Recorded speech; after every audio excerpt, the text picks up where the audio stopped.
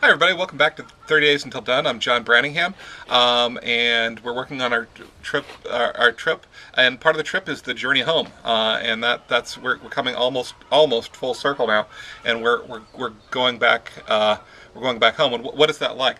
Okay, so in the High Sierra Trail, my dad very graciously picked us up, and I guess I'd lost a lot of weight. I didn't see it myself, but he freaked out. It's like, let's stop and buy some food. But we'd made this pact that we weren't going to eat any food until we ate my mom's spaghetti. We just we're going to be dedicated to this because we really liked her spaghetti. And so my dad was freaking out and trying to get me to eat, and like I was remaining firm to this pact. And on top of it, we had this. He just agreed, because he's a nice guy, to take this dirty hippie we picked up along the way back to ride to LA. He had no other way of getting to LA, and so my dad just said, "Oh yeah, just getting back." So that was it was a weird trip. It was a fun trip. It was an uncomfortable trip, and it was kind of funny looking back on it.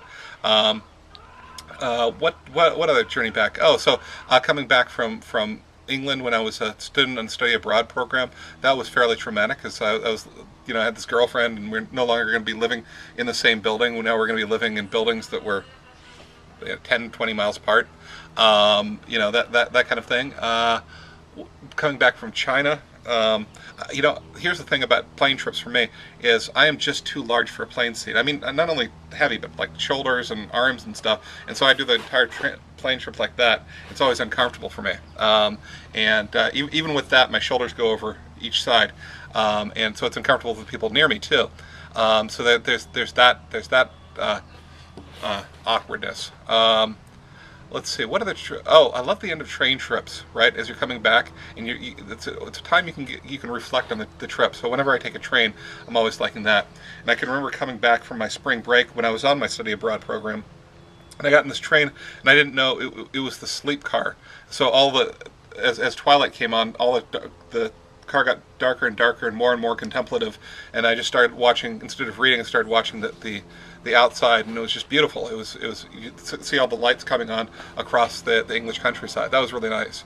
What else? I think it gives you a sense of it. Right? What is that last trip back like? There might be some thinking about what the future is. Oh, we just got back last year. We did 3 months in Sequoia and Kings Canyon, and we're coming back after that trip. And I'm like, okay, so let's look forward to living in Claremont. We've got a whole new lifestyle coming out.